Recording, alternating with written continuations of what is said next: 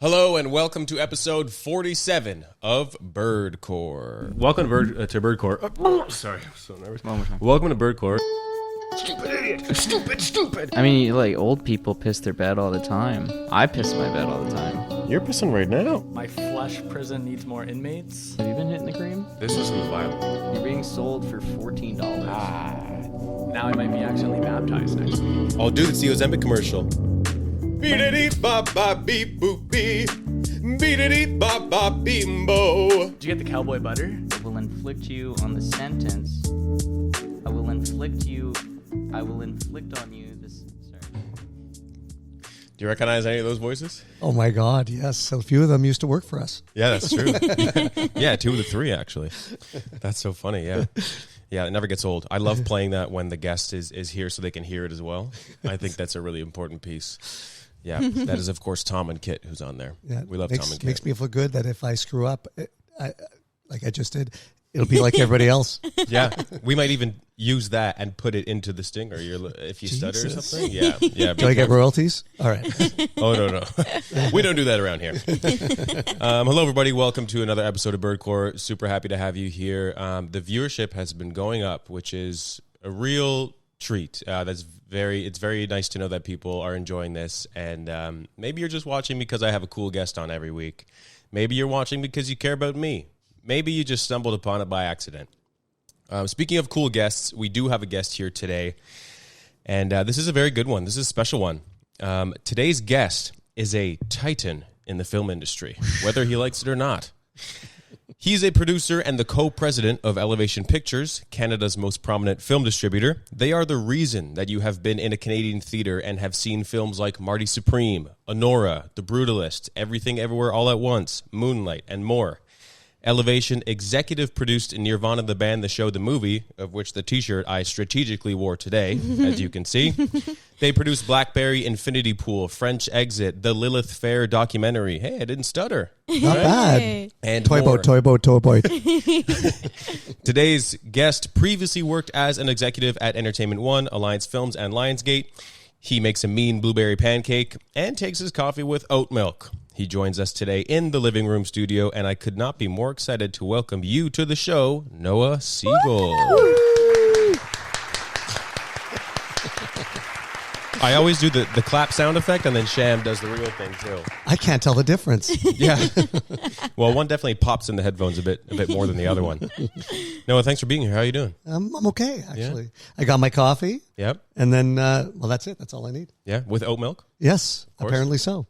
Mm-hmm. Are you a big podcast guy? Do you listen to podcasts? I do when I can. Yeah. Like I was saying, I do try to catch kind of focused ones on the business. And then obviously my wife gets me on like UFO conspiracy ones and Elvis ones and fashion ones. Yeah. But I try to listen when I can. Yeah. Yeah. And you've been a guest on some podcasts as well, right? Like I've been on 1 or 2, yeah. And lately I was on TVO talking about the business, and it's a thing. It's a thing. People want to know the truth, and it's kind of like, it's weird to think I'm the guy they go to get the truth. You have a good voice for it. Yeah, I would say. Yeah, you ever thought of radio? I got a good face for radio. No. That's what people say about me too. Oh well, that's life. Yeah. Yeah. I kind of want to jump right into you mentioned the whole business of it. People want to know the business. In the intro, I mentioned that Elevation, you guys both produce movies and you distribute movies. In layman's terms, for people who might not necessarily understand the difference between those two, could you explain that? Yeah, when I talk about the business, I try to explain it looking at other businesses. So in the movie business, distribution and production is a lot like car manufacturing. So like Ford makes the car, and then there's a dealership that sells the car. Mm. So distribution is basically the dealership, and production is the manufacturing of the car. So everybody's like, oh, well, production's so sexy. It's so sexy. But you have to remember they are completely intertwined, right? Like in the sense that if there's no production, if there's no manufacturing plant, there's no cars to sell. But at the same time, you can make an amazing car. You can make The Godfather, but if you don't have a way to get it to people, you will never sell that. So that's why distribution is important too. So they both have to be humming, and that's the distinction between the two. Okay. And I know that you guys, like, seeing as you're a Canadian company, you distribute movies in Canada, in those theaters, and you work with, I guess, who would be the manufacturer, like some American companies as well. Like there's A24, Blackberry, you guys work with, Neon as well. Or is Neon Canadian? No, American. American, right? What are those, like, those partnerships kind of like? How do, like... Yeah, so like for us, we release about 50 films a year in theaters. And the lion's share of it is the following. We have what we would call output arrangements with certain parties. So there's companies that are like studios or mini studios that do a lot of movies in succession or finance a lot of movies in succession. And so that's like A24 or Neon. So we have an output deal with Neon, which is an American company that did Longlegs and some other great films like Anora. So everything they do, we do in Canada. They do the US and international, we do Canada. So we get about 15 films a year from them. And this year we got Sentimental Value from them. And we got, what else did we get? A Secret Agent from them. And It Was Just an Accident. These are all great films. And so we'll get those films from those guys. And then we have an output deal with Blackberry Pictures, which is a financier of our company. And they did films like Christie, which was the Sydney Sweeney film. We'll get all those films as well. And then we also do a lot of Canadian films that are not what we would call output deals. We would just go to independently to each producer and try to pick those up. So between Blackberry, Neon, and the Canadian films, that's like 30 some odd films. And then the rest of the films we pick up like film by film, like hand-to-hand combat. So we'll go to everywhere. We'll go to the US or internationally, and we'll try to buy those movie rights for Canada. And like I'll say, we'll do a lot of A24 pictures and other people, like occasionally Lionsgate or other stuff. And then we produce 3 or 4 ourselves. So that's the output of our company, and that's where we get these. So, a big part of our job is, if you say that, again, going back to the car analogy, if a car needs to drive, it needs gasoline. Movies are the gasoline. And if you don't know where the gas stations are, you're never going to drive your car. So our job, we spend about 30% of our time finding gas stations, finding where the movies are. Okay. I didn't know you were such a car guy. And Oh, yeah. Just watched Cars last night and Cars 2. I actually saw a TikTok this morning about cars. Yeah. And our last never night, gets old. No, it never does. Our friend last night, it was her birthday party, and she was wearing a Lightning McQueen shirt. This is a common theme this weekend. No Mater, though. No Mater. Mater's the best. I love Mater. Mater. His 2 front teeth. Yeah, the best. Mater's underrated. I know. He deserves an Oscar. So how does it work when you go and buy or like win the rights? Is it like an auction? Kind of. Sometimes it is. Yeah, it's we do because Canada is a unique market. So the world market operates like this. About 75% of the movies in the world that people watch generally are made by the major studios. Mm-hmm. So Warner Brothers, Disney, Paramount, etc. Those guys make their own movies and they distribute them worldwide. So we don't even get a chance to get those. Mm. So when Star Wars comes up, we don't get a shot at it. Right. It doesn't happen. So about 20 to 25% are films that are made independently. Mm-hmm. And what happens there is we go try to find those. And because Canada's unique because we're so close to the US, like if you're in Denmark, the Americans aren't very good at understanding the Denmark market because they're a little wrapped up in themselves. So they don't know what a Dane wants, or a Great Dane, if you will. But Americans seem to have more of an affinity with the Canadians, as much as we like to think we're so different in Canada. So they don't need us to buy Canada. They'll just buy Canada and suck it into their own vortex. So what we have to do generally is, because the independent guys internationally, they'll just wait till the movie's done and they'll buy it when it's finished a lot sometimes. Yeah. For us in Canada, we have to be more speculative. So we get the scripts early and we find out the attachments. So we'll get a script and say, okay, this movie's going to be a $30 million movie. We've got so-and-so directing it and Tom Cruise is in it. Do you want it? And if so, you got to bid on it. So we have to, it's very speculative. We don't even get to see the movies a lot of the time. We have to buy them before. And one of my favorite examples of that was Everything Everywhere All at Once, where we read the script, and as one would argue, it's, I think the colloquial term is batch. And it was crazy, and it's like it doesn't make any sense. And those directors, all they did was a film previously called Swiss Army Man, and they'd done some pretty impressive music videos. And And our financier was like, no, we should not buy that movie. And everybody in our team was like, oh, we have to have this movie.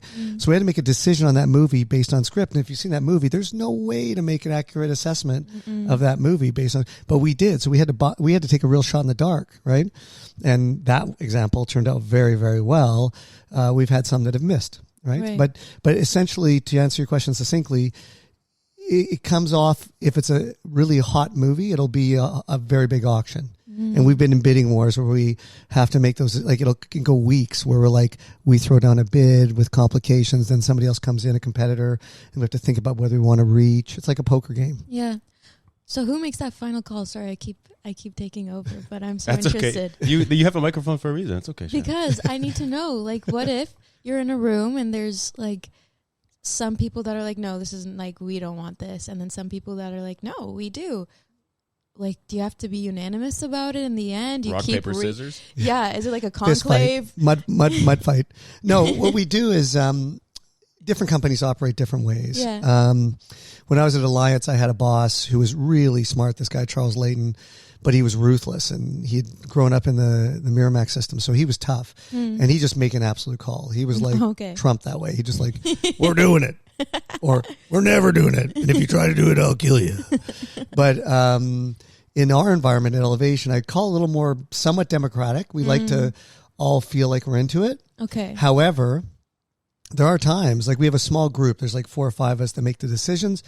And we feel as long as somebody's extraordinarily passionate and has a real take on what it could be, like if they really have a logic and they believe and they get behind it and they own it, then films can be bought, right? So I'm trying to think of a good example of where we've done that. But like there's examples where I've liked the movie and nobody else in the team has liked the movie. And I said, we're just doing it. Like I believe. And if it doesn't work, I'll take the heat on that. Right. And it goes for that way we're democratic. If my head of distribution or, my head of TV sales or, whatever wants to, they have the same passion that's differing from mine, as long as they believe and they want to do it, Godspeed. Right. Yeah. Okay. Is there, so, you can look at, when you're deciding what to, release as a movie, when you're deciding because it's such a busy world of content these days, like online, there's all sorts of stuff out there. There's all sorts of potential projects and, ideas and whatnot. So you mentioned that script is a big part of it. And also if someone is just passionate about it, what else do you kind of look for to decide like, okay, this is actually something that I think we should bite on? Is there, I guess, people attached to it as a part of it, but is it sometimes just has to be a good original idea? Yeah. I think, each one is, every snowflake is different, but, you try to triangulate, right? So obviously script is the most fundamentally important thing. And then the director, because they have a vision. And it's funny, in TV, it's not as relevant, the director. It's more about the writer and the whatever it is. But in features, the director means a lot. They completely control the entire setup of the movie. So a director that directs one way and a director that directs another way could change the whole vibe of a script. So you want to know that and their track record. And it establishes tone, really, right? And then obviously the talent. But talent's a funny thing in front of the camera because, as my chief of distribution says, he feels that movie stars used to mean more. There used to be a time when, Al Pacino's in it. That means it's worth everything. But in a world where we're fighting for eyeballs, it seems that the movie star quotient has become less relevant, or the establishment of streaming has made movie stars become movie star TV stars. And so the exclusivity of that person is less sacrosanct. So you can't count on that person to drive people into a movie theater all the time. And one of my friends in the business, Joe Drake, he used to run Lionsgate. He came up with this phrase: there's movie stars and then there's groovy stars. And movie stars are people that still drive people to theaters. Tom Cruise, probably Timothée Chalamet, that. And then groovy stars are people that we know, but does that mean somebody's going to get off their couch and go see them? Like, is somebody that popular? Is that somebody that cool? That's like, they'll get them in the theater. So there's a lot of discussion over, is that person strong enough? Like, for example, Scarlett Johansson. Is Scarlett Johansson enough to drive people to a movie theater? She's in a lot of big movies. She's in a ton of huge movies. But do people go see a Scarlett Johansson movie, or they go see a movie that's really good that happens to have Scarlett Johansson? So again, to answer your question, I think the way we try to rate that is we go, okay, great script, check. Great director, check. Talent, good. If it's super duper talent, great. But if it's not, which is mostly the case, we got to make that assessment based on the talent. And then the final thing, which is the X factor. Well, there's two other things.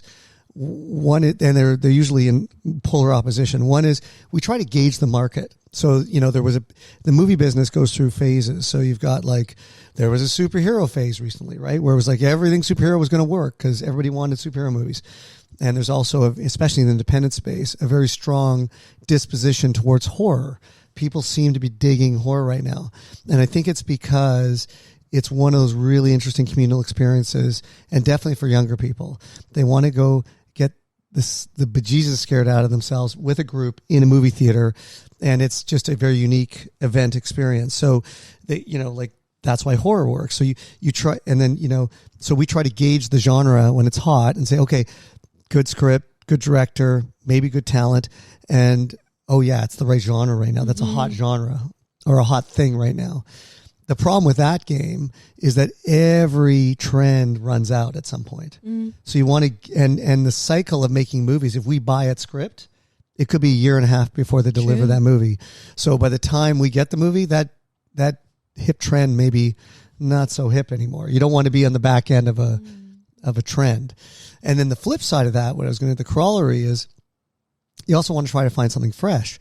You want to find something that you've just not seen before. Something that's like, well, yeah, I've seen a lot of things. That is totally new. That, I can't comp it. I can't compare it to something historically and performance. I don't know what it is, but I know it's fresh. And that may be enough. And so all this is in service of getting somebody to see a trailer online or on TV or whatever and going, I'd spend Friday night going to see that. Yeah. So you just want to get something that's going to have impetus to get people off their butt and go to the movie theater. Is there a lot of competition then, especially because of the rise of streaming then? Is you want to make sure that you guys are doing something that does get people off their butt into the theater? Has the growth of streaming, impacted? I mean, I guess we have seen it impact movie theaters during COVID. That was such a, people were staying at home because they couldn't go to theaters. Yeah. I know that you're a big believer in the movie theaters. But how has the rise of streaming affected that? Well, it's a boon and a disaster, right? So the boon is a couple things. You're right. During COVID, if not for streaming, the business would have had a lot of trouble, right? It's very important to have streaming. And the other thing about streaming that people don't talk about was that piracy was such a huge deal and still is an issue. But with streaming, we created a legal, inexpensive means of watching everything you want, and it's not worth pirating, right? Because pirating, first of all, it's illegal.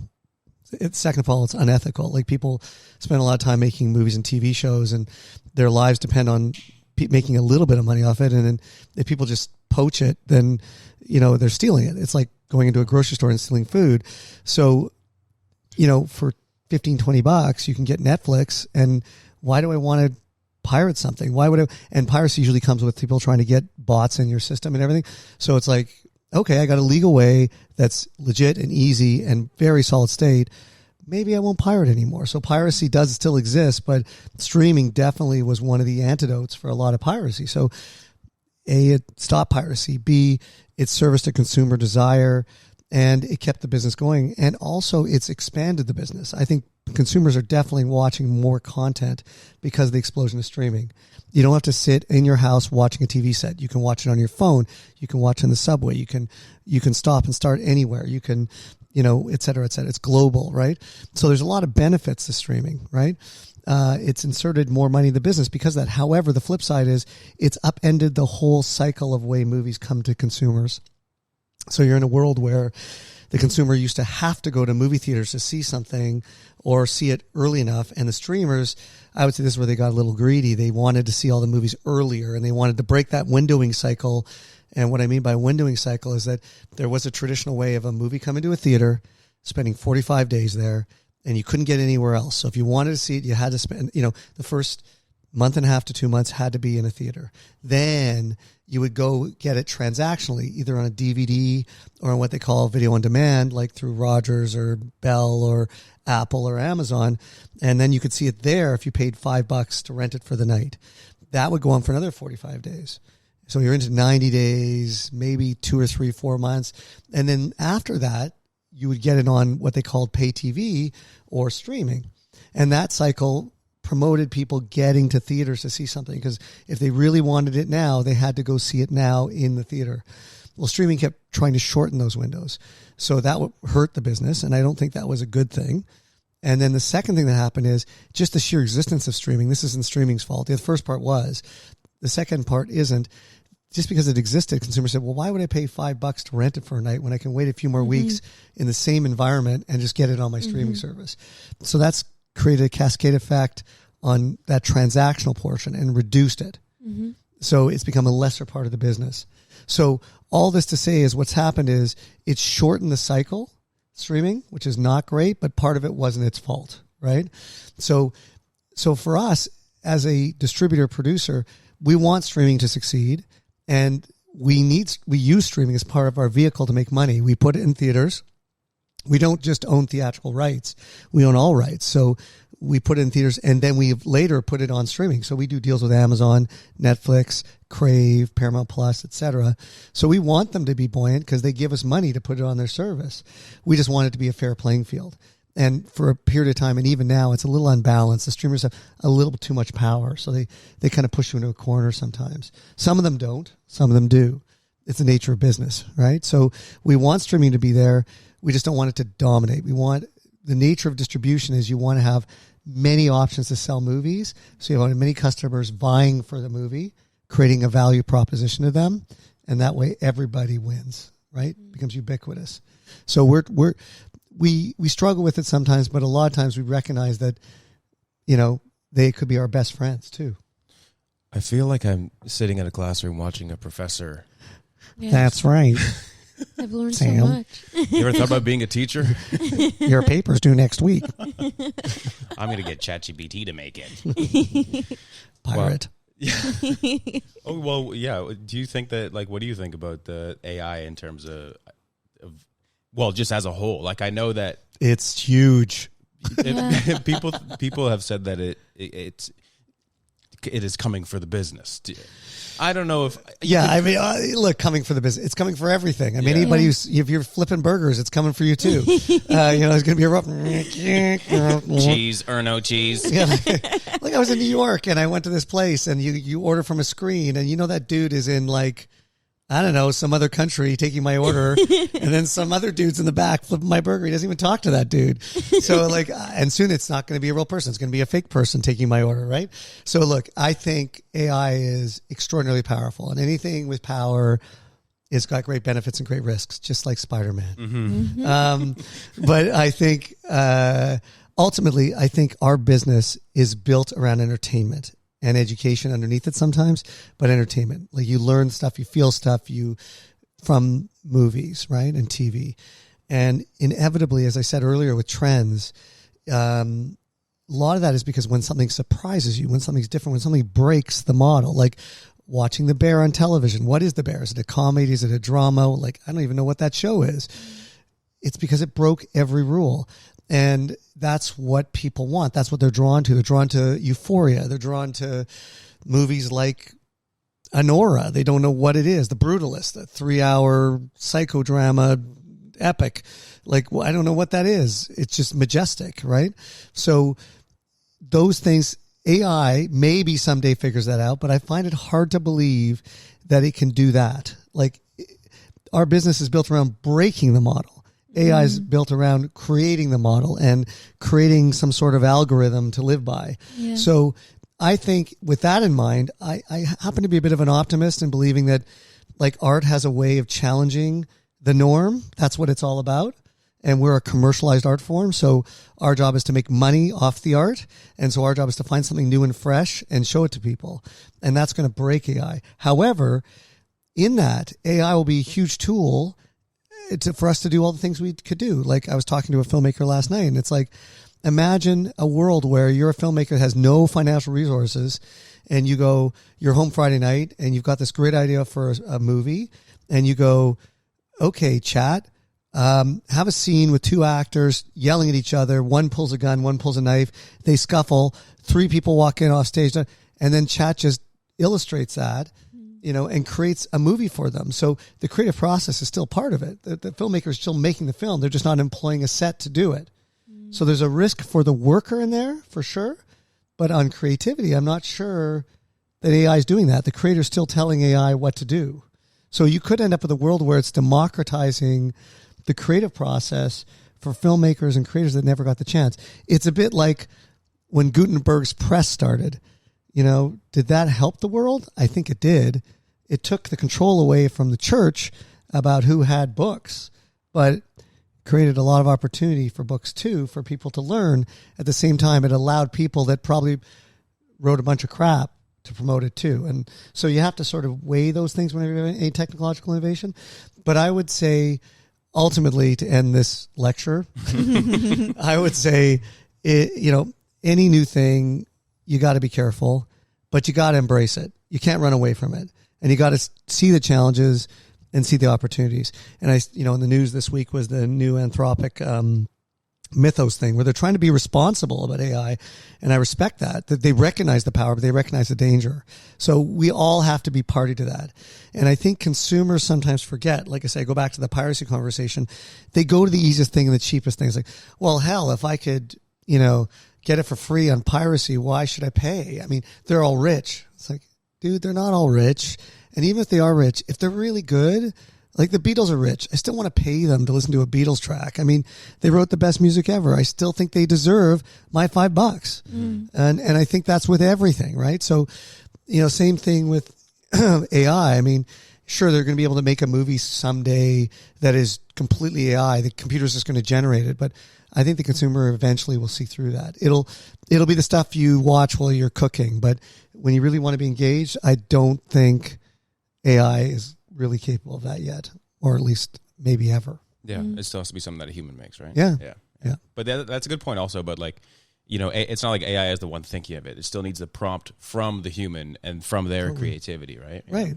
And I think it's not just the prompt. I think it's, that prompt, like they'll probably create AI someday that can just manifest itself, computer to computer.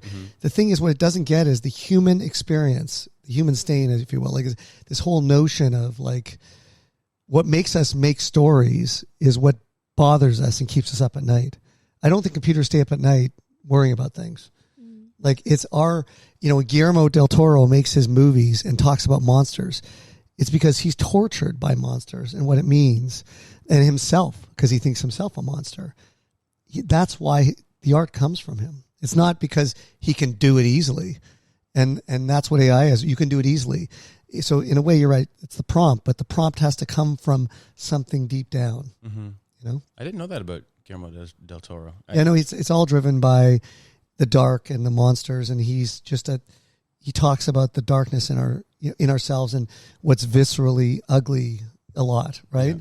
And what does that mean? What does that tell us about our soul? And his most recent monster movie, Frankenstein, a lot of that they shot here too, right? Yeah. There's a lot of stuff getting shot in Toronto. Totally. Which I didn't realize. One of which is the shirt that I'm strategically wearing today. Nirvana, the band, the show, the movie. Thank God. I mean, if they added one more thing, they'd have to have longer shirts. Yeah, they have to start putting it on the sleeves. Exactly. But that was something that they started as a web series way back when, Matt and Jay, and then how does that go from becoming a web series to eventually, who makes the decision of like, hey, we should actually make a movie out of this? Yeah, and every question you ask, I'll give you like a ridiculously circuitous answer. Please. So first things first, you're right. You talked about Frankenstein being made in Toronto, which is amazing because when you look at it, I mean, you don't see Toronto. And I think there's a lot of incredible crew in Toronto. You can make great movies, world class. I mean, there's a lot of stuff, not just Guillermo stuff, but everybody's shooting in Canada, and particularly Toronto. It's world class, literally. I think the challenge comes in that we build, again, industrial infrastructure to do these things, But at the end of it, that industrial infrastructure will serve Canada better if we create people that are the people driving the stories, right? Because when Guillermo now lives here most of the time, but I mean, he's an unusual thing, but he's still a guy coming in with somebody else's money to make a story here and, et cetera. They're basically, it's branch plant economy. Again, going back to the car business, it's like Ford building a plant here. Those aren't Canadian cars. That's a U.S. design, U.S. money, U.S. manufacturing in Canada. It'd be great if we had a Canadian car, like the Snowbird, whatever. And we designed it ourselves, and we designed it with a bit of Canada in it and sold it everywhere in the world. And that's what we're really fighting for here in Canada. We built this industrial infrastructure, and it's built around incentives to drive people to come to Canada. I mean, aside from a great place to shoot and talent, we give them financial incentives to do it here, so it's cheaper. But the idea is, underneath that, is to build that person that was on set becomes a DP and a director of photography, and then that director of photography becomes a director and a writer eventually. And that's the idea, that you start to build filmmakers and storytellers out of Canada. So we need to really incentivize that more and more and more and more, because A, it'll tell stories that Canadians relate to, and B, it's a good business idea, because then once you own it here and you sell it, you retain more of the ownership and the money. And that's a very good thing for this country. Never mind tariffs and noise, that doesn't matter. It's strictly about great stories sold internationally, make more money for Canada. So when you talk about Nirvana, the band, the show, the movie, the escapade, these are guys that really believe in that. Underneath it all, Matt and Jay and Matt, the fifth Beatle, Matt Miller, who's the producer on that and co-writer, those guys are like, look, we're Toronto guys, and we're going to make our stuff here. Yeah, if we're good enough, the U.S. guys will come calling and ask us to do stuff down there, but we'll come back and we'll make our stuff here.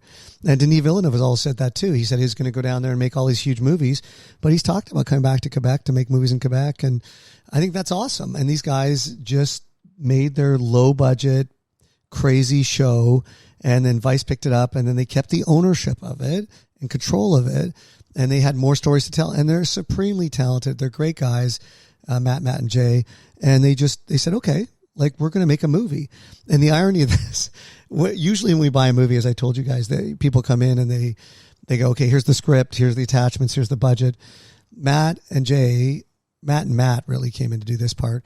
They came in, and we had done Blackberry with them, and they're like, okay, here's the pitch. We don't have a script. Here's the pitch. We don't have any stars. It's just us. Here's our story. And we don't have a budget. We don't have anything. We just have a pitch.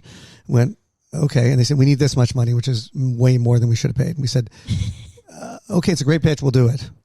And then a year later, they delivered a movie that had nothing to do with the pitch they made. It was entirely different. And part of that is because they kind of do that as a joke. That's their deal. But also because the way they make their movies is they do a lot of stuff with real people. They'll go out and shoot something. They have an idea and they go shoot something with real people that are not actors. And then if it turns out a certain way, it's not what they expected. They go, okay, we have to change our movie because it's cool. It's really cool, but that is not at all what we thought was going to happen. So they'll rewrite their whole story to fit that thing. So there's stuff in the movie that was just happened, and they changed everything to accommodate it, and it became an entirely different movie. Now they're so talented, they can figure out how to put that stuff together and make it brilliant. And so that's an example of guys who learned the hard way how to make movies in this city and then made really good stuff that is internationally viable. And those guys not just are being asked to make other movies, but their movies, when we did Nirvana, we released it in Toronto, and the whole movie, if you haven't seen it out there in podcast world, is where they're trying to get to the Rivoli. They're trying to play the Rivoli. That's their goal in the movie. And so what we did is, the day the film opened, we opened a merch store as a one-off in the Riv, and we sort of put it out on social, and we had 1,200 people lined up just to get a signature from one of the guys and buy merch. And we had people, first of all, it was ultimately Canadian. We had 1,200 people. It was cold out, perfectly lined up. Nobody stepped out of line. Nobody got in the way. Excuse me. I'm sorry. Excuse me. I'm sorry. You first. Yeah. And it was amazing. And even at the end of the day, we're like, okay, we ran out of time. We'll give you a ticket to come back tomorrow. Okay, no problem. And what's my number in line? I'll make sure I stand right in that spot tomorrow. So we had that going on. But not only that, but people came from like Ohio and people came from all these places in the States to join those lines. Wow. So that's an incredible thing. Like, so I don't know if that answers your question. It's a roundabout way of saying like, we need to keep shooting as much as possible. We build a talent base that can do great things. And that is a great example of doing great things here. What I also love a lot about those guys is that a lot of their footage in that movie was stuff that they already shot here, like, 15 years ago. And it just goes to show how the power of editing is able to really guide that as well. And like you said, if they go out and they shoot something and it's like, it doesn't work because, this stranger didn't react how we thought they would, then they can, go back in the edit and see maybe, can we put it here? Can it work this way? I actually saw a TikTok of a guy who didn't realize he was in the movie. It was towards the end of the movie where this stranger was filming up at the CN Tower without spoiling too much, and he's going, "What's guaning?" And he posted that clip on TikTok. He's like, "I was in a movie. What? Like, I had no idea." I always think that's so fun. Like, and someone else who has. Another aspiring Toronto filmmaker, Maz. I don't know his full name. Maz Katan, maybe. Yeah. He did that with The Sweater as well. That short film, Right. Which we saw at was it Kirby's Film Festival or Adrian's Film Festival? But Kirby, right? Kirby, my buddy Kirby. Yeah. Big shout out to Kirby. Shout out Kirby. Yo. He's gonna love that actually. Yeah. Kirby is a really, really big fan of Canadian filmmaking as well. Like Kirby is a young, really talented director, and he looks up to those guys you were just talking about, which is so cool. Which also is so cool to think of those young Canadian kids who look up to young Canadian directors. It's amazing you say that because there is a bit of and I'll do this because it'll totally annoy Matt Johnson. There's a bit of a brat pack of these guys. I mean, like Andrew McCarthy and Rob Lowe. I kind of think Matt's kind of a Rob Lowe type and Maz is more of an Andrew McCarthy type. No, but those guys are all in a scene together and they're all kind of, and then Chandler Levac, who just did Mile End Kicks, which is opening this weekend. Harmless plug. But they're all in the scene together and they're all friends and we're releasing Mile End this weekend and Chandler's awesome too. She tells great stories that are unique and like other Film I Like movies is totally cool and fresh and made for nothing. And then she got hired to do an Adam Sandler film for $30 million. Wow. And she has come back to make Mile End and she's doing she wants to do more stuff here. We've got a TV show in development with her about Kensington Market. Oh, no way. Yeah, which is about her truly sort of about her story about her grandmother came to this country and she was a slumlord in Kensington Market and she kind of grew up in that environment. And that's what she's making this sort of dramedy show about Kensington Market. And then, as you mentioned, Maz, I'm glad you did because he is hysterically funny and he is everything he is on camera. For those that don't know him, this guy Maz, he's kooky. He's this Persian, anxious, neurotic, incredibly talented filmmaker who made these two shorts, both of which got into Sundance, and he just finished his first real feature, and we are producing his next feature already, called The Sheep's Head, which is hysterically funny and dark. And if you've seen the film Friendship, it's like that same kind of dark comedy that makes you uncomfortable, makes you laugh, not because you think it's funny, because you're afraid. We're totally psyched and stoked about doing that, and it shows. These are all guys that grew up in this environment and kind of grew up knowing the vibe, but also breaking every rule. Like every one of those people, Chandler, Maz, and the Matts and Jay, these are guys that all just said, I get it, but I want to do something totally different. And to your point, I think in general, the movie business, as it's matured, as we're in, let's say, the middle age or even the, dare I say, post-middle age cycle of the movie business. I say that because I'm in the same cycle myself. It's interesting. You've split the business, right? You've got these super duper blockbusters that everybody in the world wants to see. And not just in Canada, but everywhere. There's a sense of I want something much more organic, everywhere is trying to make organic movies that have an edge to them. That's why A24 was so successful. They hopped on that bus early of recognizing that we don't fit Fast and the Furious. You know, we want to do our own Fast and the Furious. It's way cooler and hipper, and so we'll find the Safdie brothers. You know, and like so that's like a totally different thing. But there is a market, and it doesn't have to be everybody. It can be folks that just feel like they're not getting serviced, right? And they got to make stuff good enough, but they want to find stuff that fits that appetite. So that auteur filmmaking is finding a market. Like the Safdies do their films, and then Josh ends up doing, you know, Timothy Chalamet's film, you know, Marty Supreme, which is kind of like a big movie, but also really independently minded, right? And I think that's where it's heading. I think you're going to have, you know, two worlds, a world of like, you know, popcorn films, which again, I do not want to chastise. I think they're really important. I think I love a great popcorn film. I will go see every Marvel movie. I'll be first in line, but then I also want to see something with like The Brutalist. And I'm glad that there's places and there's people that still want to see that. So I think we have two worlds where I think in the 80s and the 70s, we didn't have that in the 90s. I think we just had the movies. Yeah. And now we have two worlds. I think there's also so much of two worlds because of a lot of like, you know, when you mentioned A24, for example, I thought of the, I think the Philippou brothers. Is that how you pronounce their name? The guys who did Talk to Me and... Not the Poo Poo brothers. Not Totally the different Poo guys. brothers. But like we have these two worlds as well because those brothers, they started off as YouTubers, right? They were comedy YouTubers. And then you look at someone like, I think Curry Baker or Curry Barker.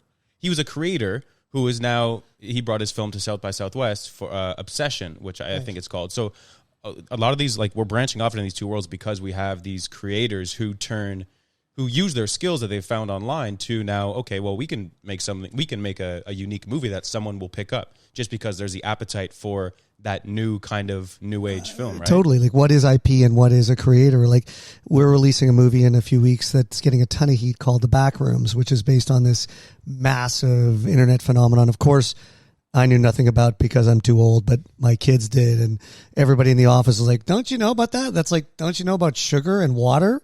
And so The Backrooms is this kind of weird, scary, uncomfortable, haunting walk through rooms that look like a corporate building, but make you feel like around every corner you're going to die. And the guy who did most of the backroom stuff online, who's 21 years old, made this feature we're opening, and the tracking on it is through the roof. Like it's going to be a monster hit, and it is completely independently minded. It's completely organically built, to your point, from a guy who was doing YouTube videos at 19 years old to making his first feature with Chiwetel Ejiofor. And I mean, it's just unbelievable, you know, like, so, you know, I think it's opening up. You know, things have been cracked. But at the same time, everybody has to remember the cardinal rule, right? Which is spectacle. And I think that consumers still have to have a reason to go get off their couch, right? So whether it's really independent or really huge, you got to say, it's Friday, I could stay home, I could make pizza, or I could, you know, go to a movie and eat some really expensive popcorn. Yeah. Yeah. We do love going to movies and eating expensive popcorn. That's like true. most recently, the drama.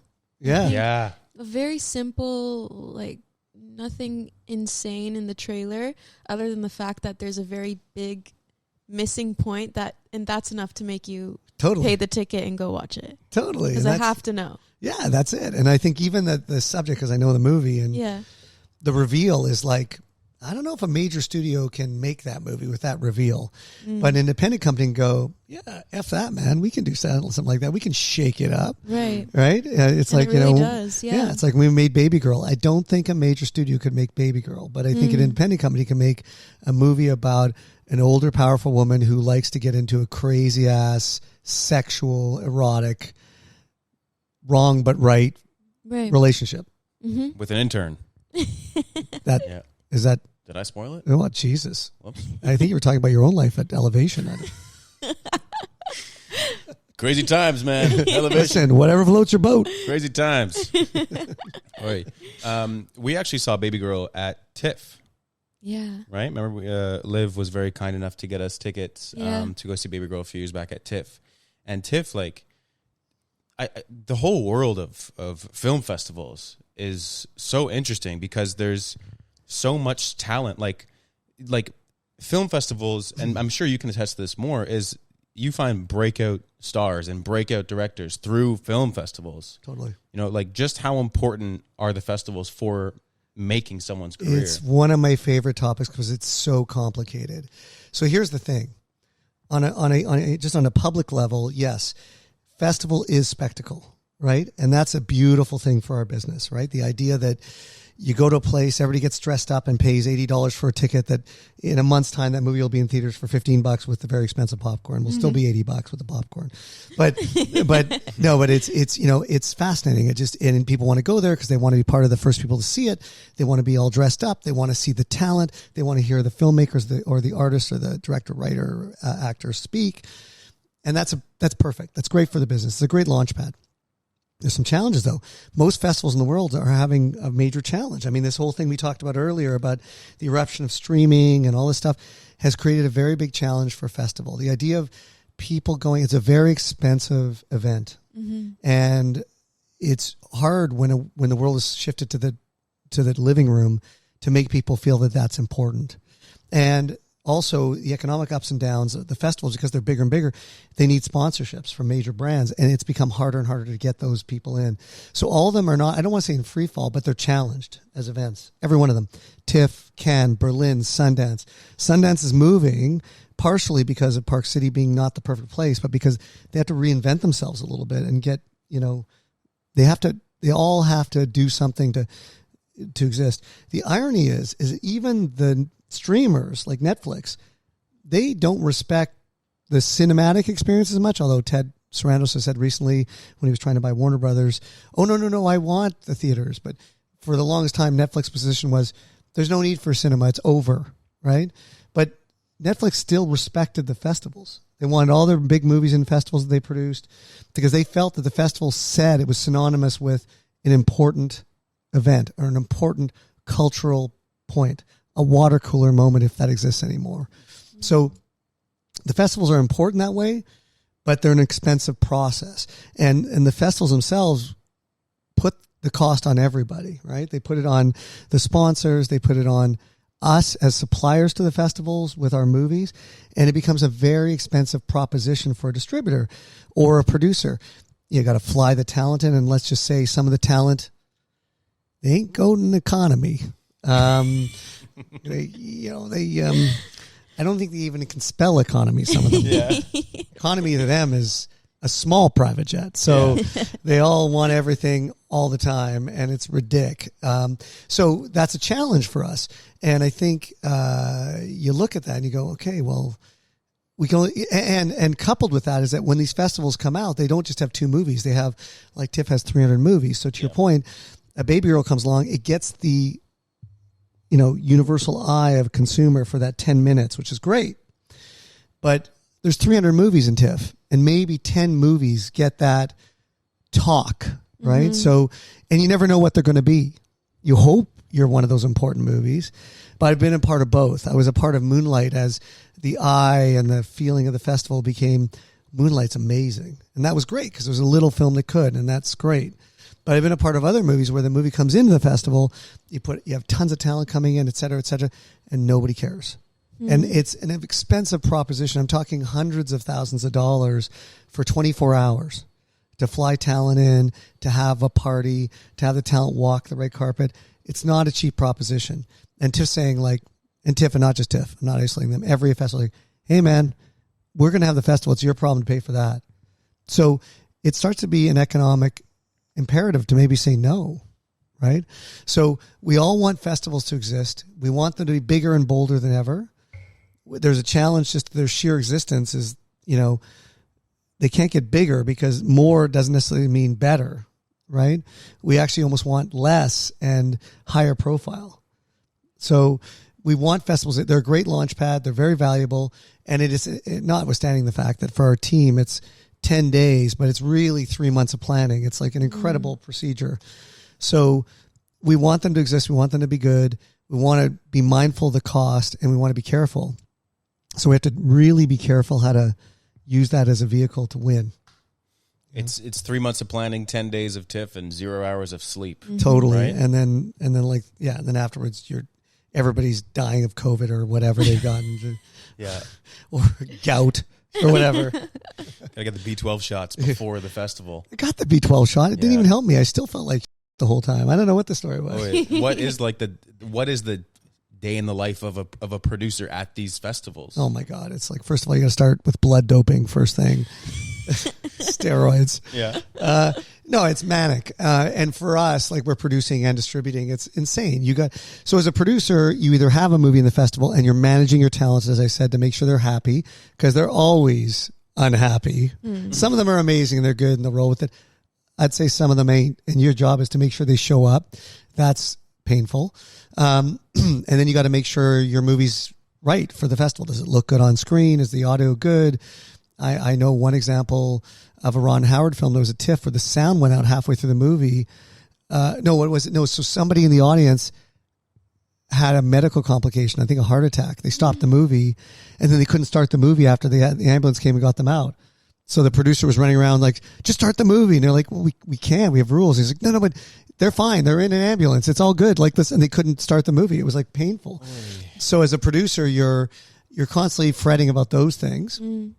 As a producer-distributor, you tend to have more volume. So you're like last year, Elevation Pictures had 19 movies in TIFF. And so it was like every 5 seconds you're dealing with a different movie and a different crisis.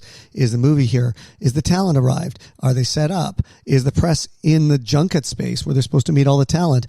Oh, and then meanwhile, like people like me who's around, I'm there to glad hand a little bit, but then I've got other meetings to do to try to find more movies at the festival or try to make more movies by meeting more people in the business to finance our movies. So my day starts at about 7:30, 8 o'clock in the morning in meetings and goes on the half hour until dinner. And then there's usually a cocktail, a dinner, another party after that. And I get home usually around 2 or 3 in the morning for 10 days straight. So it's about, I'd say if you're an executive in the business, you're looking at 5 to 10 days of 5 hours sleep if you're lucky. How does your social battery stay charged? I don't know, dude. You just get used to it. You know, over years and years, I've been doing it a long time. When I was young, it was easy.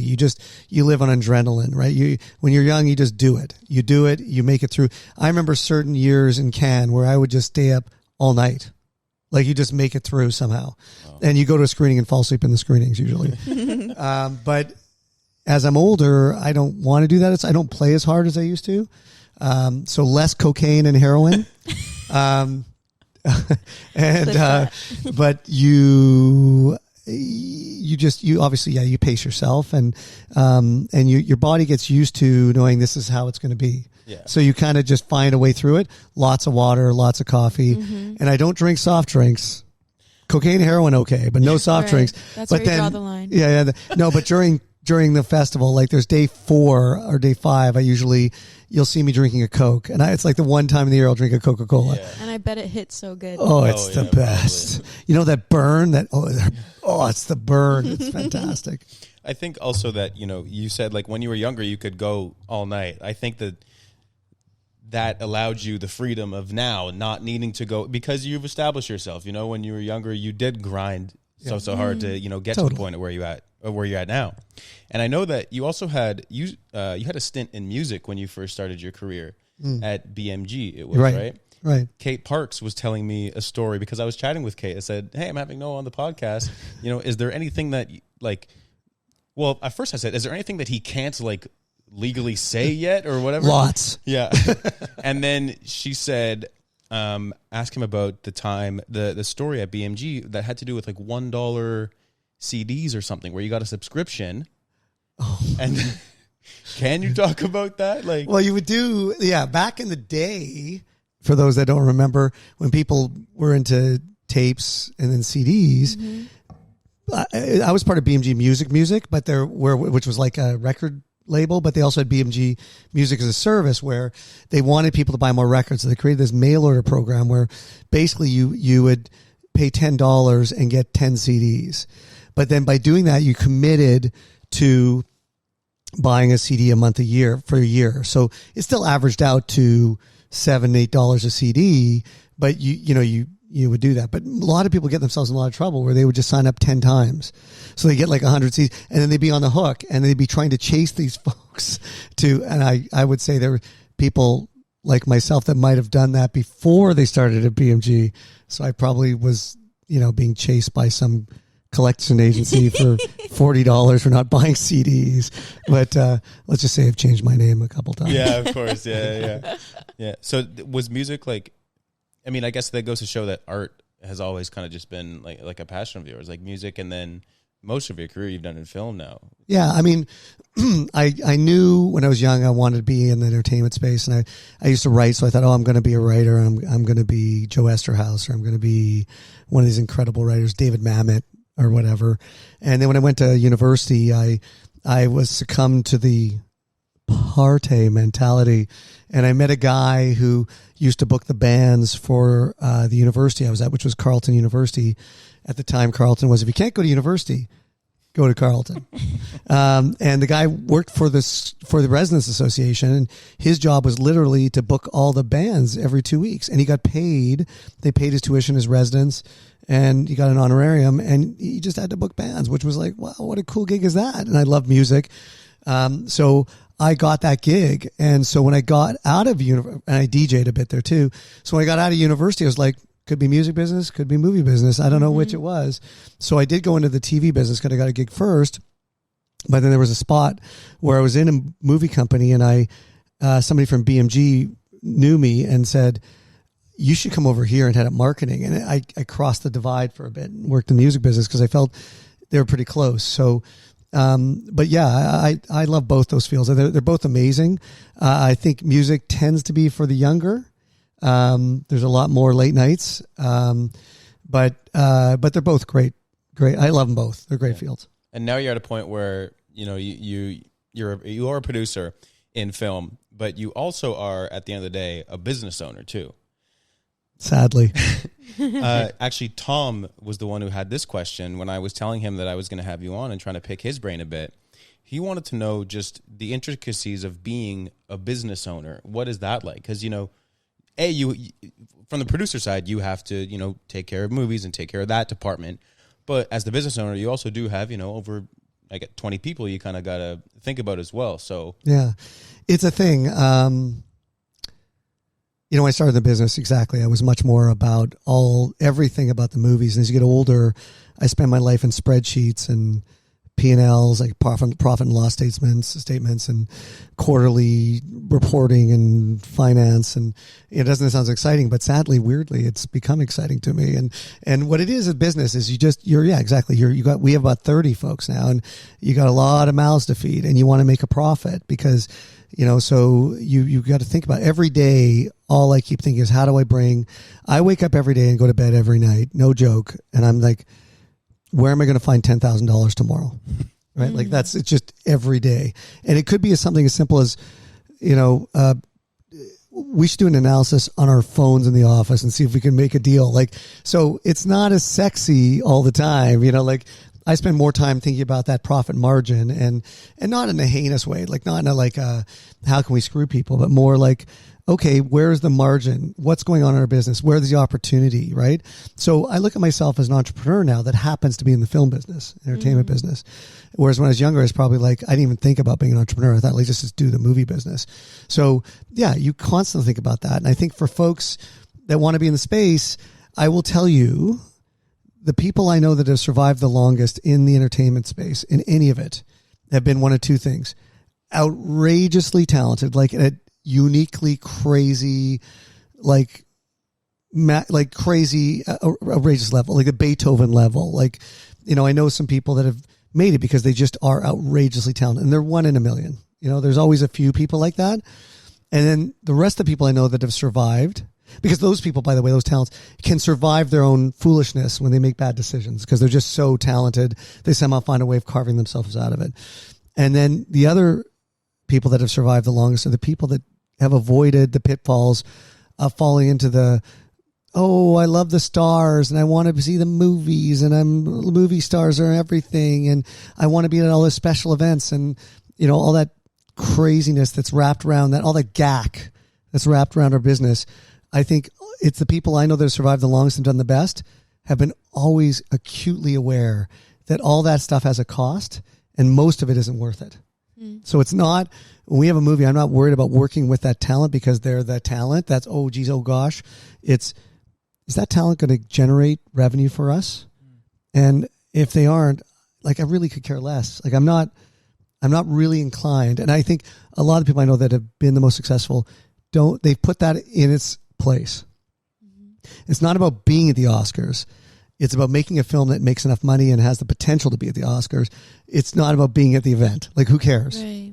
So what happens when a film doesn't necessarily make all the money that it was expected to make? Like for example, a film doesn't break even at the box office. Who takes the hit for that? Is it the production company or distributors?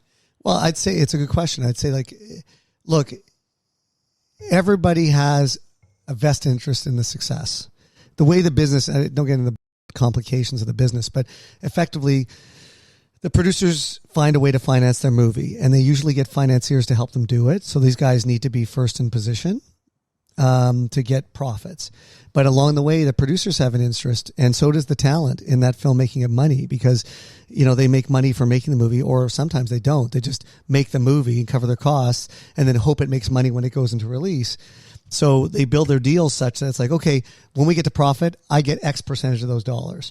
Then they find the right distributor that is going to do a great job, but also be honorable and respect that if they make a profit, they can get the money. Because there's a lot of guys that will promise the world and not pay them money. There's a billion lawsuits in this business about, like, there's this very famous story about seeing a producer report.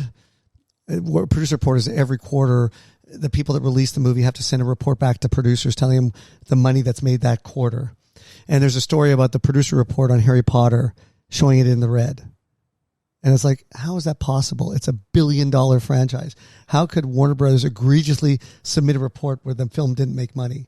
They build in all this incredible accounting gack that shows the movie doesn't make money, but that's a lie. And so the talent gets very suspect of the people not making the movie, the distributors or the studios, thinking they're going to find a new creative way of screwing us over and not giving us money. But at Elevation, we've got a long story tradition of people that have worked with us who work with us again because we take care of their movies. And if there's money to be made, they're seeing it. Okay. I mean, there's a good reason that Matt and Matt keep coming back to us because the relationship's good. It's solid. We believe in them. We take care of them. And for that, they come to us first. Right. And we like that. We like that vibe. We don't mind making a little less. Pigs get eaten. So we want to make sure they're taken care of. So when you talk about whether a movie makes money or not, it's in the stars sometimes. You'll have a great movie. You'll have a great release date. You'll have a good campaign. Sometimes consumers go, nah, it's Super Bowl weekend. I'm not interested. Right. And that first weekend on a movie, as you can imagine, is very important. And if you don't get it on the first weekend, rarely do you make it back later. So we've had movies that deserved it, didn't get it, and we lose money. And who takes credit for that? Or the pain of that? Everybody takes credit when it wins, by the way. Everybody who knew somebody that made that movie said I was responsible for that movie when it succeeds. You'll see movies come out from the guy who knew the girl who dated the guy that knew the girl that drove a motorcycle once with the guy that made that movie. Presents. Right? And when a movie fails, nobody wants to talk about it. Nobody wants to take that hit. But ultimately, like we talked earlier about being one of the primaries in the company, I take that hit, right? And our team, to its credit, takes that hit too. We all feel it, right? But as the boss, you take it the most. Yeah. So when we see that red ink on a movie that didn't work, and it's going to stick with us for a long time, because when we buy the rights for movies, we buy them for 30 years. Every quarter, I got to look at that and say, Jesus, we lost money. How do we find a way to recover some of that, And if we can't, we can't. How do we find other movies to offset that pain? But you feel it. It's a business that will have winners and losers always. You never bat 1,000. Right. You're going to have films that work and films that don't work. I know that Sham, you were really interested about that whole, like that was one of, when Sham and I were going through the questions, that was one thing that Sham was super, super curious about, of the whole, if it doesn't break even, then what happens? Sham, I hope that answered. Well, also there's examples too, which is a hybrid where you'll be like for example, One Battle After Another, which Warner Brothers released this year. It cost a lot of money, probably too much money, but that's the star system and whatever. Let's say it costs $120 million, and then they have to release the theatrical. Cost them $40 million to release that film. They're in for $160 million, and the film made $150 million. It was one Best Picture, but by all accounts, that film's going to struggle to make money, right? But they say, well, why did they do it? I say because they wear that, right? For Warner Brothers, that's like, look what we did. We're filmmaker friendly. We have the Best Picture. Aren't we awesome? So they turned not a negative per se, but it was a lost leader, right? To your point about the buy CDs for $1, that's an example. They're saying, we're going to take that hit because then more filmmakers will come work with us that we want because we know how to make them happy. So that's another strategy that's employed a lot. There are films we buy sometimes as lost leaders as well. We know very unlikely to make a lot of money, but it's going to tell the world we're important. We're a destination for movies, and it's going to help drive our brand, right? So we do that too as a means. Everybody does it in every business, and we're no different. Yeah. Interesting. That's I didn't realize that, of like sometimes of just buying a movie because like it. Well, basically what you just said. Yeah. You have to. I mean, you have to think that way, but you really try to construct it in a way that if it's actually really that much of a winner, you're going to somehow factor into success. Because if you keep doing that, it's like drinking salt water in the desert. Eventually, it's water, but I'm really thirsty. You got to find ways around that. You can't do it a lot. But it factors in. I mean, one friend of mine used to describe the distribution business as a mutual fund, right? It's not one stock, it's 30 stocks. And so it's not one movie, it's 50 movies a year. So, you got to kind of, there's peaks and valleys. Yeah, that's true. And so when you mentioned earlier that at the beginning of the year, whenever you decide on that output deal and you have like X number of movies, do those movies exist yet? Or is it just a concept and like a quota to hit? Sometimes my favorite thing is we go to build the budget for the year, and sometimes all we know is the name. Yeah. Because some of these companies, by the way, they're producing, so we don't know. Like they're actually producing those movies. Yeah. And sometimes they're just distributors too that buy it in can or something. And so they'll buy a movie. So we know movies are coming, but we haven't seen them. We don't know. So we have slots, like Neon 1, Neon Mystery movie number 3. Like we don't know. And you equate a value based on history of the films they buy. And you kind of, so sometimes we don't know and sometimes we do know. And you kind of have to sort of make assumptions based on a lot of experience and a lot of data we have on historical, right? Okay. So there's some stats. Oh yeah. There's a ton of data involved. Ton, like crazy amounts. Yeah. And is there like a team or there's a team that like we constantly rank, like we will say, okay, this movie, it's going to do X. Why do you think it's going to do X? It's because they're releasing in September and it's this kind of movie. And these are other movies like that movie that were released before. And they did this kind of business and they were released at that time of year.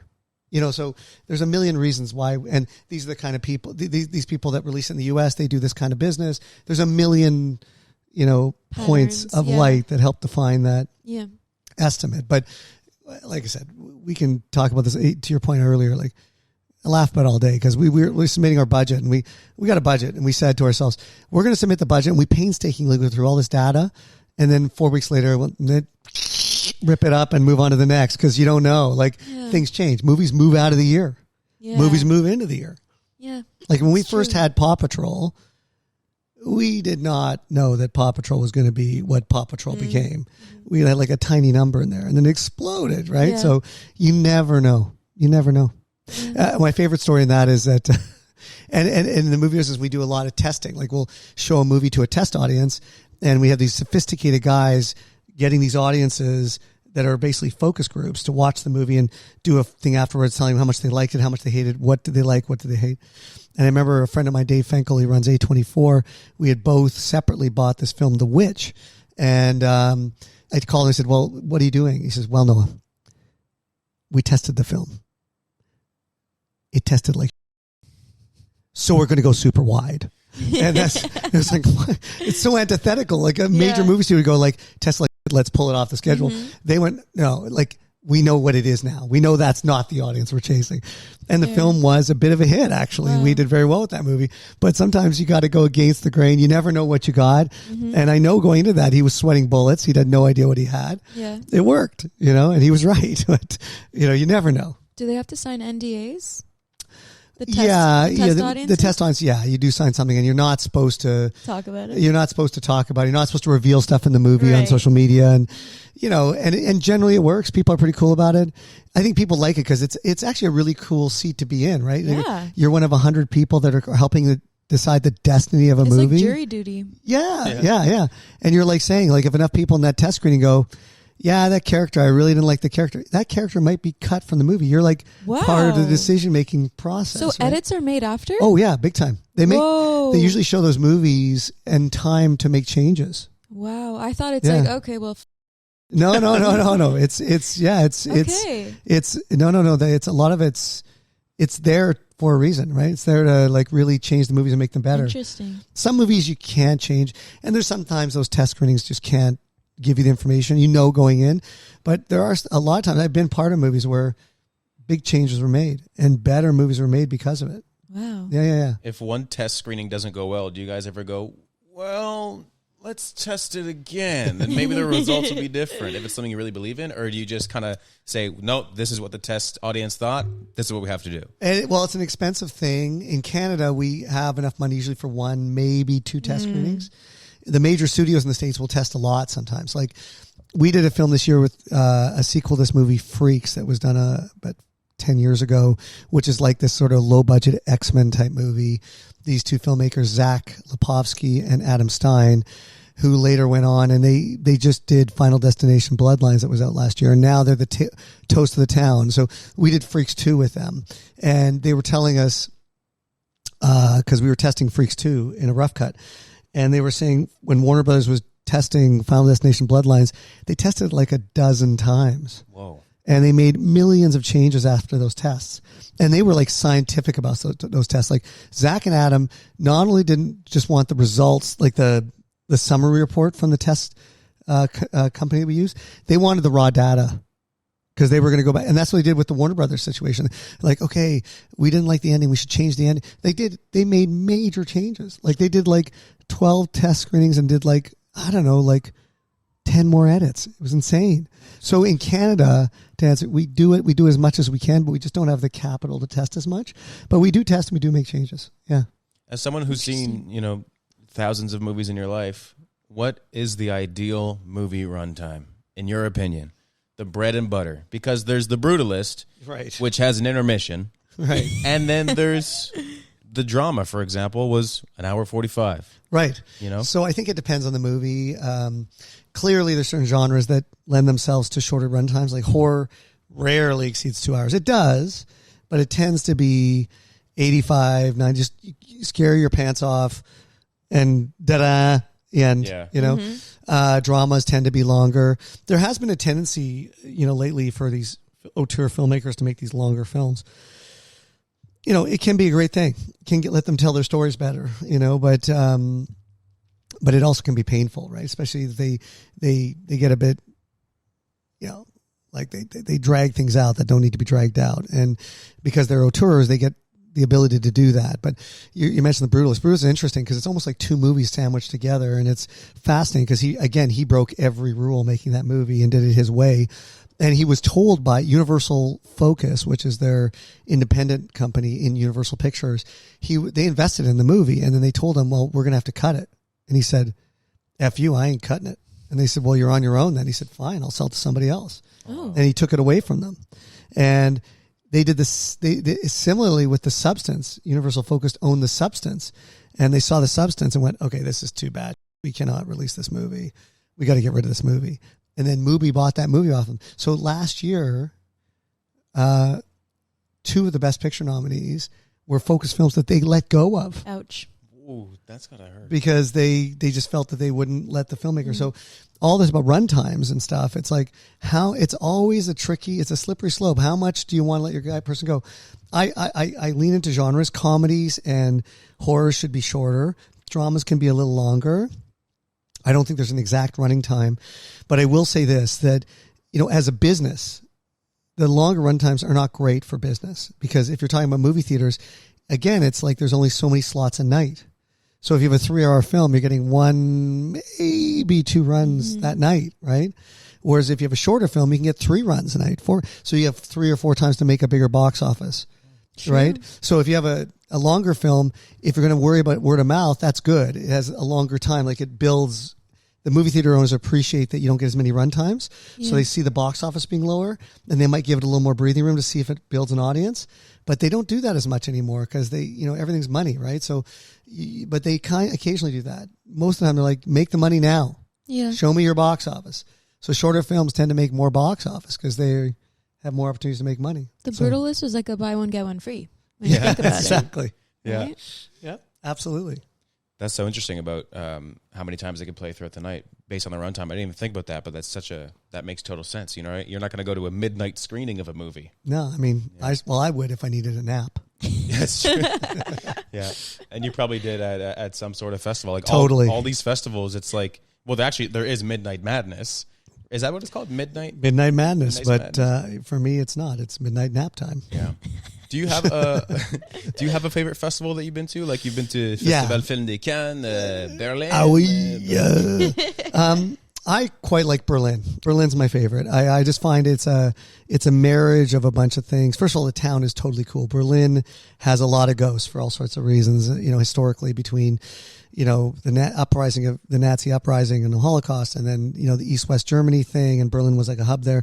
But it was also an incredible arts town. Throughout all that stuff, it was a hub for artists and disparate folks. So the ghosts are there like every time, and they own it, which is so cool. Like you see it, like they have museums for everything there, like the Museum of Torture, and they still show where the Berlin Wall was, and they own it. Like it was shitty here, for a long, it was really shitty. Sorry. Like in the US, they don't talk about their history very much that way. It's like, oh yeah, freedom happened. They don't talk about slavery that much. They talk about freedom a lot there. Whereas in Germany, like, yeah, it was here. Yeah, we were. And they're like, well, we are now though. And I love that about them. They're like, they're really cool that way. And so there's undercarriages there, and it builds this arts community that exists, and it's an inexpensive city. So it's a very, like, I know people that are British that live in Berlin and commute to London twice a month, so it's got this real kind of like hubbub. It's a really urban city. It's got amazing restaurants, an amazing vibe, and Gothic feel, and then they have a really cool festival that is world class. And because it's set in Europe and it's set near the BAFTAs, which is the British Oscars, like it's a week apart from the British Oscars, it's like a great center point to launch things, and talent come. So they have this real European vibe, but also independently minded, but also talent focused. And then it's got a market, and it's really well run because they're German. So everything there is like, it's efficient. If you need something, it's so close. We make it close. And it starts at 9 o'clock, not 9:01, 9 o'clock. If it's 9:01, it's disaster. So that was the worst German accent ever. But so it's efficient for business. It's got beautiful cinemas. It's got a good vibe. There's good business to being done. And the Hollywood appreciates it, because as you go to sell your movies internationally, Sundance is a beautiful festival, but it really is American centric. The Europeans don't want to necessarily travel to Sundance and the cold and all that stuff.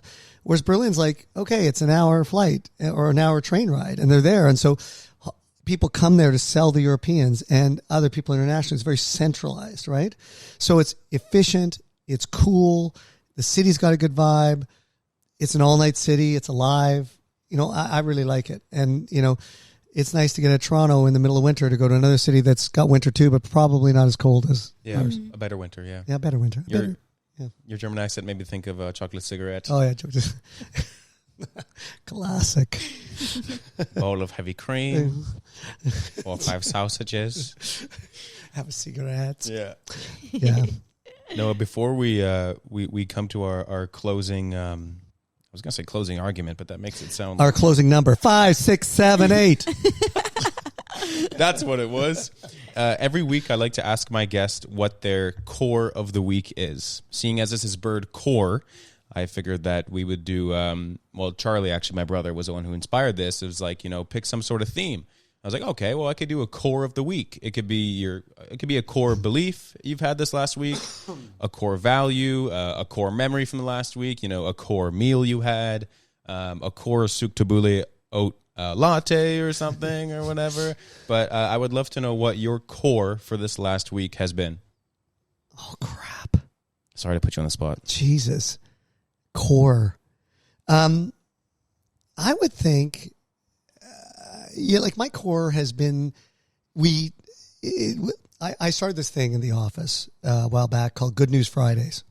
Bit of as a joke, which was, if you got some news, I don't want to hear it on Friday. I tell the staff, don't tell me. It's only Good News Fridays. It's like, because if it's, chances are I can wait till Monday, and you don't want to ruin my weekend. So it started a bit as a joke, and everybody kind of laughed, and then everybody's kind of got into it, and everybody just tries to talk about the good news on Fridays, and so it's like Good News Fridays, and it's kind of spread, and other people at the companies are like, that's a cool thing, I like that. So like, there's no bad news on Fridays, and we recently got, like you talk about core, we had like that methodology. We got 2 pieces of good news this week on movies we're producing. And that was my core. It was like, we fought. And when you're making movies, when you're trying to put together movies, not just the act of shooting the movies, but when we go to make movies, and these movies are 5 to 10 to 15 to 20 million US dollars to make, you got to get the money from all different places, and you got to keep the talent engaged, and it takes forever. It's not like an overnight thing. So we've been working on 2 movies for like, God, since the 1950s. And, we finally got money that we were like, there's one film, The Rapture, which is this Dark Ages. It's a film set in the Dark Ages in a monastery where these monks are under siege by zombies. It's like a totally gothic 28 Days Later vibe. And we've got Will Poulter in it, who was in The Bear and a whole bunch of other movies. And Kit Connor, who's like the it boy right now. And Jonathan Pryce, who's a classic, and Lee Pace and all these other people. We just got our money from the government, which closed our financing. It means we're going to be shooting in September, which means that the game is afoot, Holmes. And so that was a huge thing. Like we just about had a party in the office. Again, coming back, the lines of cocaine were across the table Right, at that course, point. yeah, It was amazing. My core was, you stick to your knitting long enough and hard enough, and you just put your head down. And every once in a while, you don't get punched in the nose. You get a little success. That's awesome. Core, baby. So Perfect. would we say what would we sum that up as a word for what Patience? word? Patience core? Perseverance. Perseverance core. Nike Perseverance. Is that a shoe model? I think so. It probably is. Yeah, it's like big. It's like Elton John. It's like rainbow and Feathers. Yeah, it's got all. It's huge. It's got sequins, and that's on the bottom. Oh wow. Yeah, on the top it's Unicorn dust. it's huge. What about those nice shoes you have? I've seen you wear at home once. Oh, The those colorful ones? Yeah, well those were given to me by Sam. The Crocs? Yeah. What are they? I'm just thinking of something. No, there's the slipper things. Yes. Yes. You got those? I know this guy. Taste. Yeah, he knows I go glam. Those are beautiful. and See, I want because a there's pair. Sham, thank you. There's Sam, and now there's glam. There you go. Yeah, The trio. Undisputed trio. yeah. Sham, what's your core of the week? My core of the week is gratitude core, because I feel like it's been a week, and sometimes you just need to take a step back and just be happy for everything you have. It's easy to forget sometimes. Amen to that. Right? That's true. So Yeah. that's my core. That's a great core. And I'm going to go into next week with it too. As you should. And forever. We should all carry our cores of the last week into the following weeks. Yes. Mm-hmm. What's yours? My core is Sham core. What? I've really enjoyed my last few days with Sham lately. We've been hanging out a lot, and it's just That's been really nice. nice. Yeah. Jeez, Thank you guys can make a thing of this. Yeah. Wait. Should we start dating? Okay, movie idea. All right. Okay, Okay. Boyfriend and girlfriend start a podcast. But they're not boyfriend and girlfriend. They start. No, They're- and they just live together and yeah, share it's one bed. totally. And they get up in the morning. Excuse me, and then try not to peek at each other, and then One day their hands brush. yes, Right. and then that's when the music starts. Yeah. Okay. We'll work on that. Yeah. And then this is when I'll have editor Ben. Everybody say hi to editor Ben. Hi, Ben. Hi, Ben. Yo, Ben. This is when I'll have Ben. put, Camera like, 1, camera 2. Camera, here, your camera 1. Camera 1. And then we'll have Ben put like a rising, like a score that rises. Oh, it's beautiful. I can hear it now. Jesus. Perfect. Thank you, Ben. I do want to ask you one thing before we do wrap it up officially. You are a seasoned veteran Yes. in the business. Oh, Lots of youngins trying to earn their place. yeah. What would you tell the youngins about trying to make it in Hollywood? Oh, yeah. Well, let me tell you, kid. Give me a bouncy C. Hold on. No, I would say, look, trying to link the whole show together, those cores are all relevant, right? Especially Sham. But gratitude and perseverance, right? Like first of all, it's not a business for the weak-hearted. It's super tough, and it's getting harder. It doesn't mean that it's dead. It just means that it's harder and harder in a world where everybody's trying to capture everybody's eyeballs with somebody doing a flossing dance on TikTok to make really good content, whether it's podcasts or TV shows or vertical 2 minutes or movies that are compelling, right? It's hard, and it's hard to make it good, and it's hard to make it economically viable. So you can't come in thinking it's a free ride. It's not puppy dogs and ice creams in this business. It's definitely not. It's harder than it's ever been. But if you do want to get in, you take a sincere shot, and you're going to get slugged in the gut and kicked in the pants, and you got to get up. You got to get up. You got to get up every day, and you got to fight. And sure, and there's no shame in leaving it too, right? Like, I think it's not for everybody, but if you're going to be in it, there is no free ride.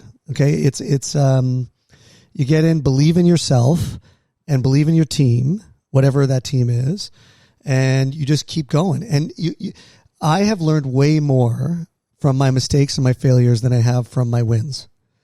So, you talked earlier about films when they fail. Well, I'd say 75% of the time we look at those failures and we don't cry about it. We look at those and go, okay, what do we get from that?